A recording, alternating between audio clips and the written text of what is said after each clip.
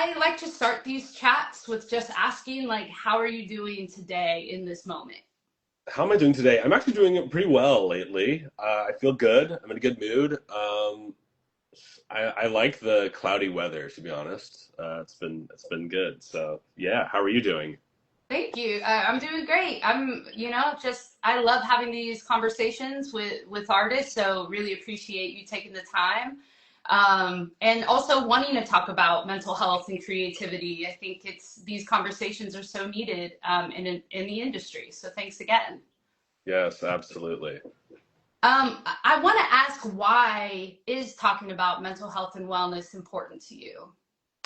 Oh, I mean, it's just so central to my life. I mean, in my personal experience, I used to deal with something called panic disorder back when I was about 18, 19, 20.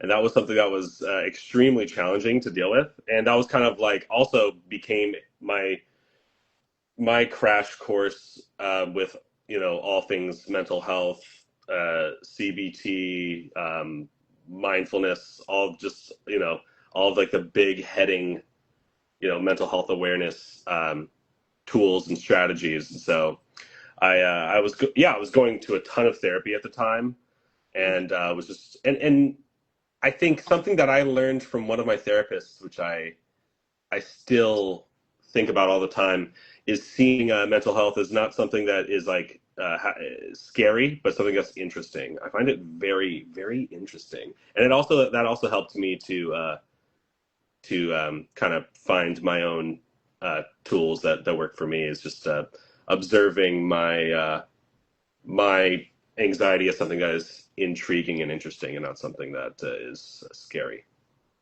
I love that you use the word interesting because I also kind of look at mental health and my journey as interesting. I've actually tried to flip that framework instead of like, oh, this is a scary thing, this is terrifying, and instead looking at it with curiosity, which has really helped me personally as an artist and dealing with mental health. That's really cool.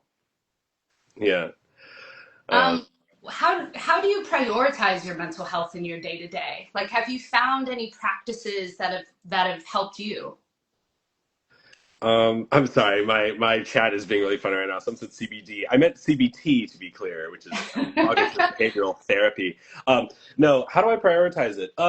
Well, where I'm at right now, I think for me the most important stuff is the really fundamental things, because uh, for me my state is the most important thing to me right now. This is like kind of what I've been thinking a lot about, which is that um, I deal with hypersensitivity as well. It's just like something I've always had ever since I was a an infant.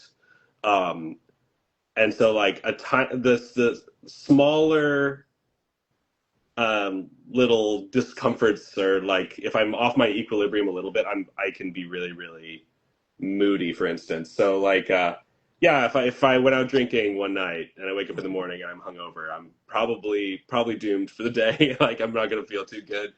Or if I'm not eating right, or if I'm not exercising, and I just, or if I'm looking at my phone too much, there's like certain invasive things that over time compound.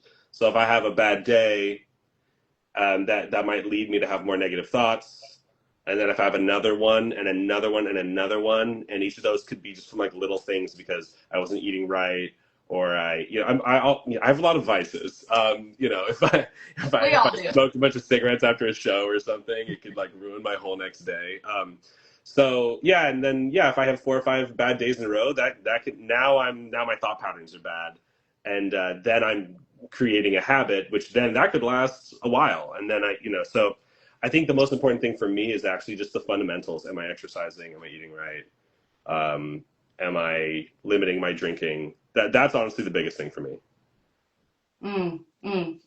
So your music is rooted in so much emotion and optimism, which I really, really love. How do you personally tap into creativity? Do you chase inspiration or do you let it find you? Um, hmm. I let it find me. I think for inspiration, um, I I don't know. I don't know if I think about it too consciously. I mean, I show up to shows. I go to a lot of shows.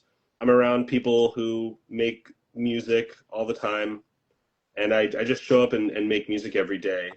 Um, I think those are the most important things. I practice a lot. Practicing is the biggest thing, probably. Honestly, if I'm not practicing, then making music isn't as fun. But if I'm like practicing, I feel really good. But I know that's different for everyone. Also, there are times in my life where practicing, I could get really bogged down with it too. So, but right now, that's what it's been. I think. I hear that a lot though in these conversations with artists. It's all about having a routine, like showing up. So whether it's through practicing or writing, and some days you're gonna come up with something incredible, and other days it might not be so great. But at least So, it's that ritual of writing every day. yeah, yeah. I try to write every single day. Yeah, even if it's like a 5 minute thing. I think something I'm really good at also is just like thinking about what's the smallest possible step forward. So, Mm. I get very overwhelmed by certain tasks I have to do, and so I always just think like, what's the smallest possible contribution I can make? So, if it's 30 seconds of something, what would that look like? What's like a productive 30 seconds of songwriting? Can I do that? And then once you start, the first 30 seconds are the hardest. Once you start like extending to a few minutes, 5 minutes, 10 minutes, 15, is super easy. So yeah, I always think like, what's the smallest possible contribution and I apply that to everything, not just music, but just like life. Like, yeah. Mm. So you may have already kind of answered this, but I like asking artists, like, how do you handle creative blocks? Do you walk away? Do you try to fight through that? For me, I try to reframe creative block itself as an idea, because for me, for something to be a creative block, um, that involves an evaluation. So, for example, if I'm making music and it's not going well, then well, that's already an evaluation that I've made. My music's not going well, and then I tell myself, oh, this isn't working. I must have I must have writer's block or something. So to me, like, writer's block isn't a real thing. It's a very human idea. It's something that we made up. It's not a universal one.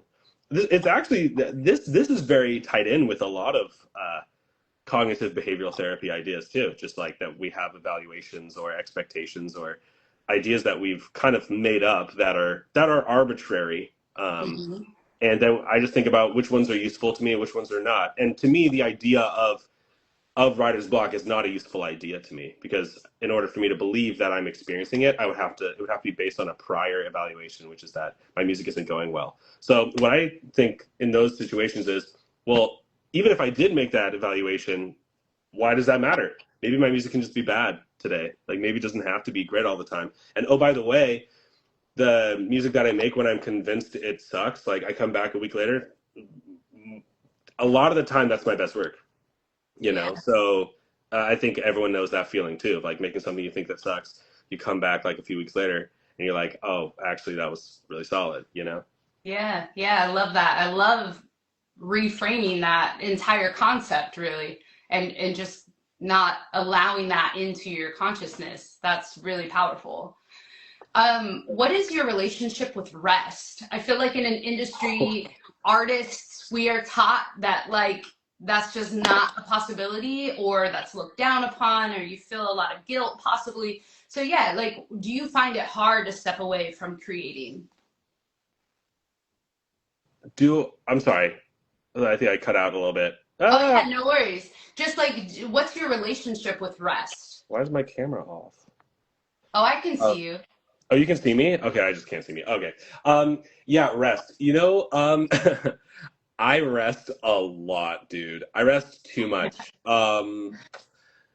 I yeah, I nap every day. I nap every day from like for about an hour, from like 2 to 3 every day. So like immediately after this. It's just something I've done since I was like 18 years old.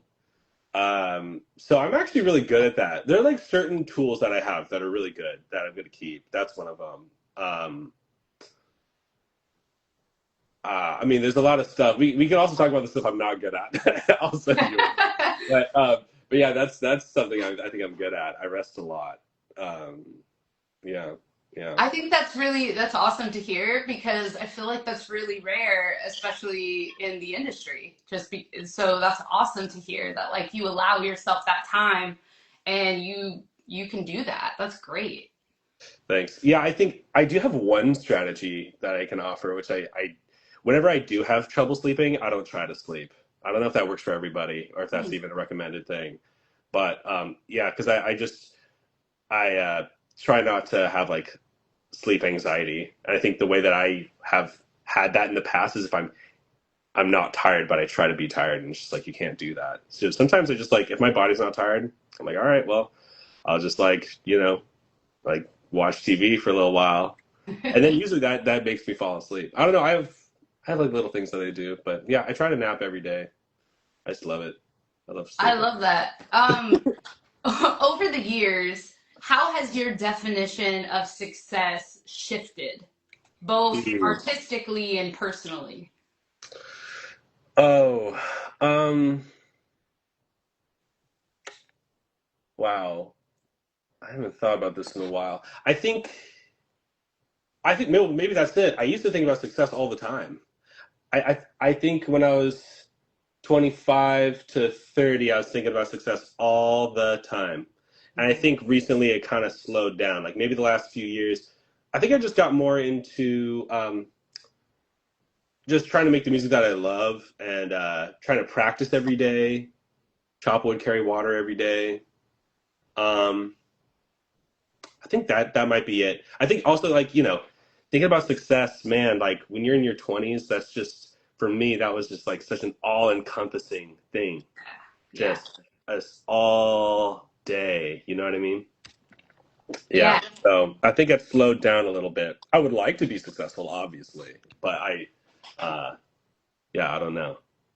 Yeah, I do feel like in your 20s as an artist, you're just like chasing this intangible thing that the target is a moving target. It keeps moving forward, and you never really get there. So I think like having some kind of inner peace with it is obviously the Yeah. goal, right?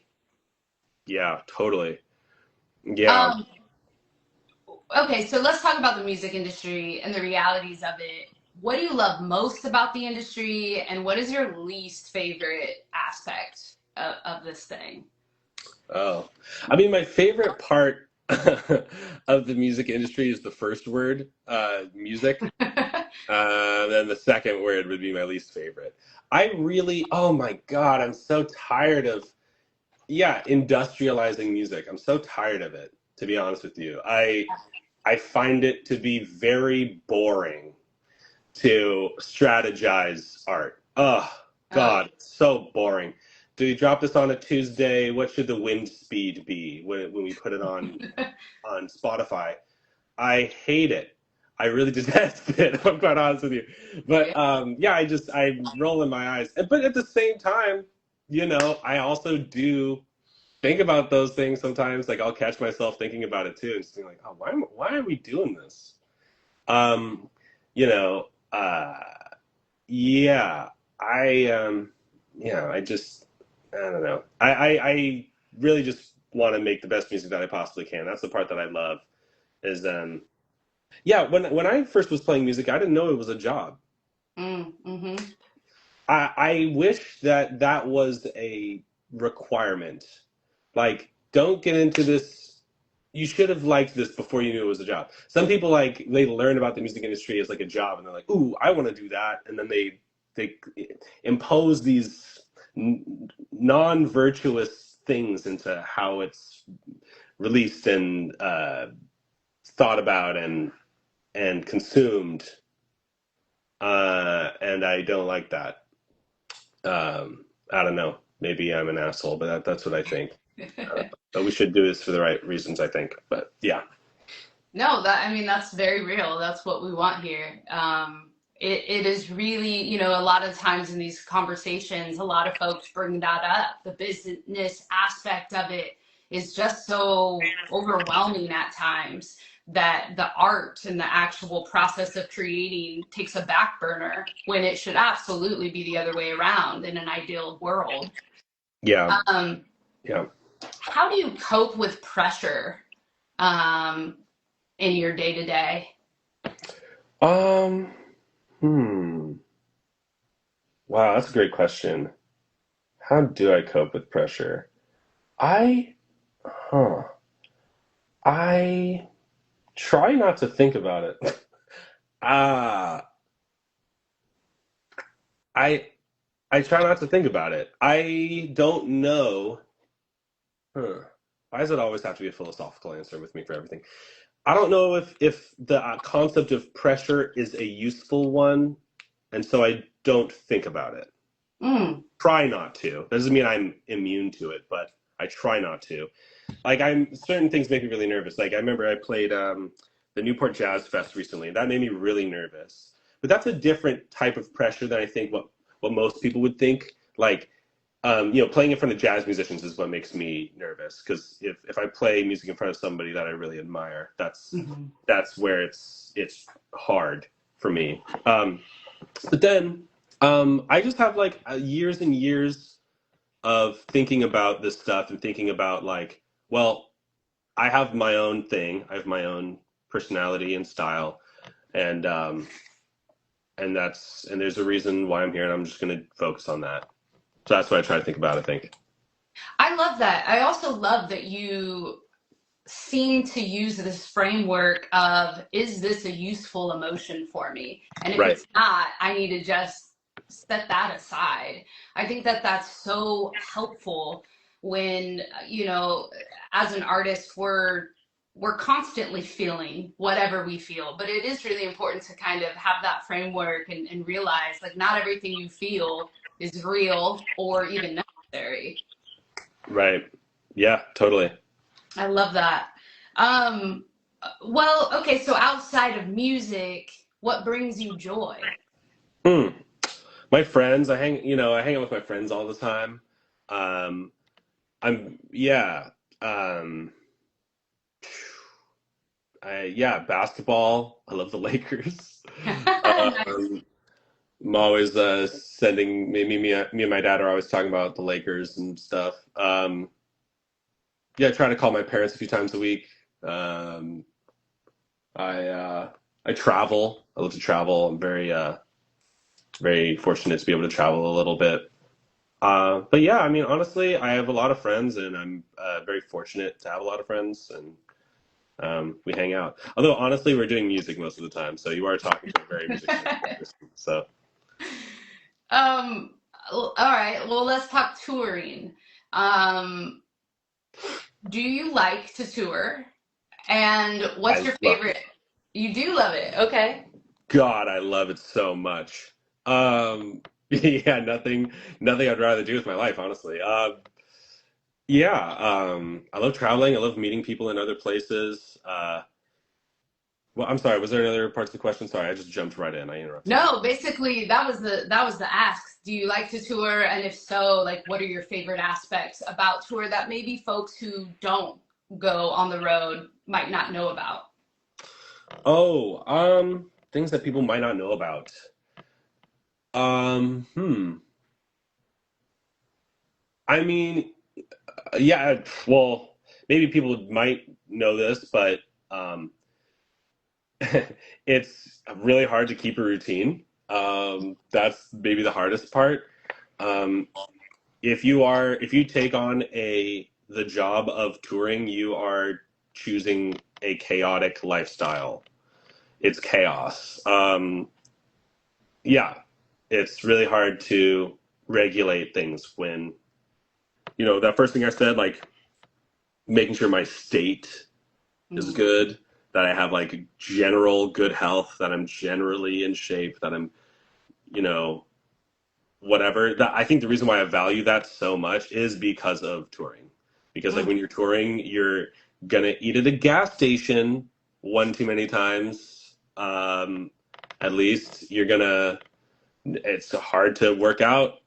It's hard to get good sleep. It's hard to say no to drinking when you're in a bar every single night. You're kind of in like the worst possible environment for a lot of those things. And so I think that's why I value that stuff so much is that whenever I come home, I'm like, okay, let me just like establish good routines with everything. But yeah, I think that's the number one thing that people might not really understand until they start touring. Of like, oh shoot, like there's not a gym in my hotel most nights, most days, and I need to find out how to exercise. You know? Yeah, totally. Yeah. Speaking of tour, what has been one of your favorite shows and why? I think my favorite show of this year. Let me see. We played in Japan this year. That was really fun.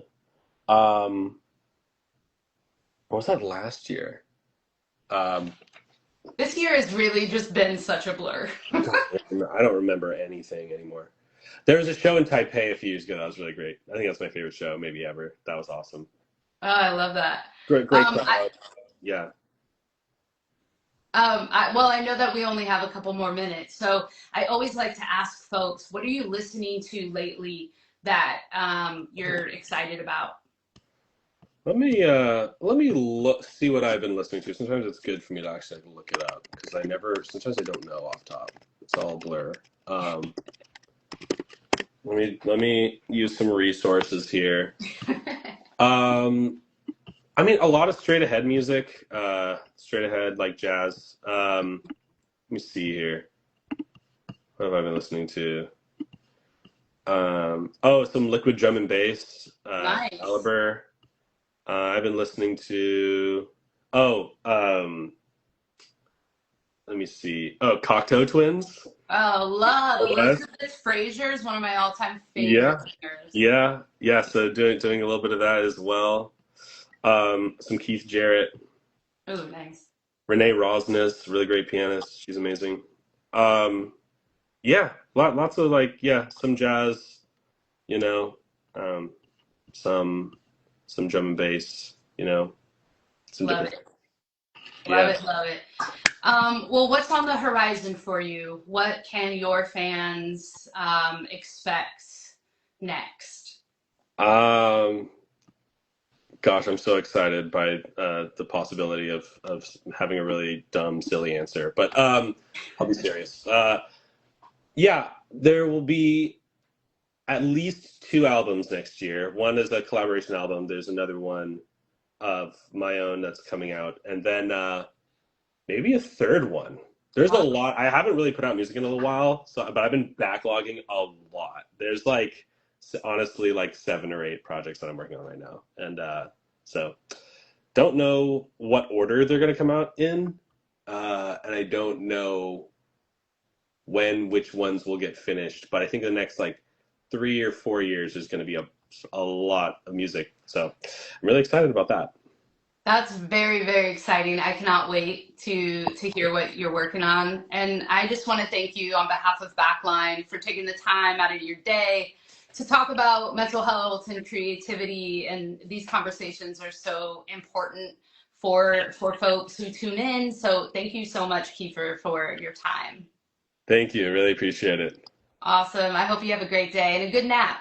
All right, I'm going to get to that actually. Yeah. Awesome. All right. Thank you so much. All right, Tara. Thank you. Bye. Bye.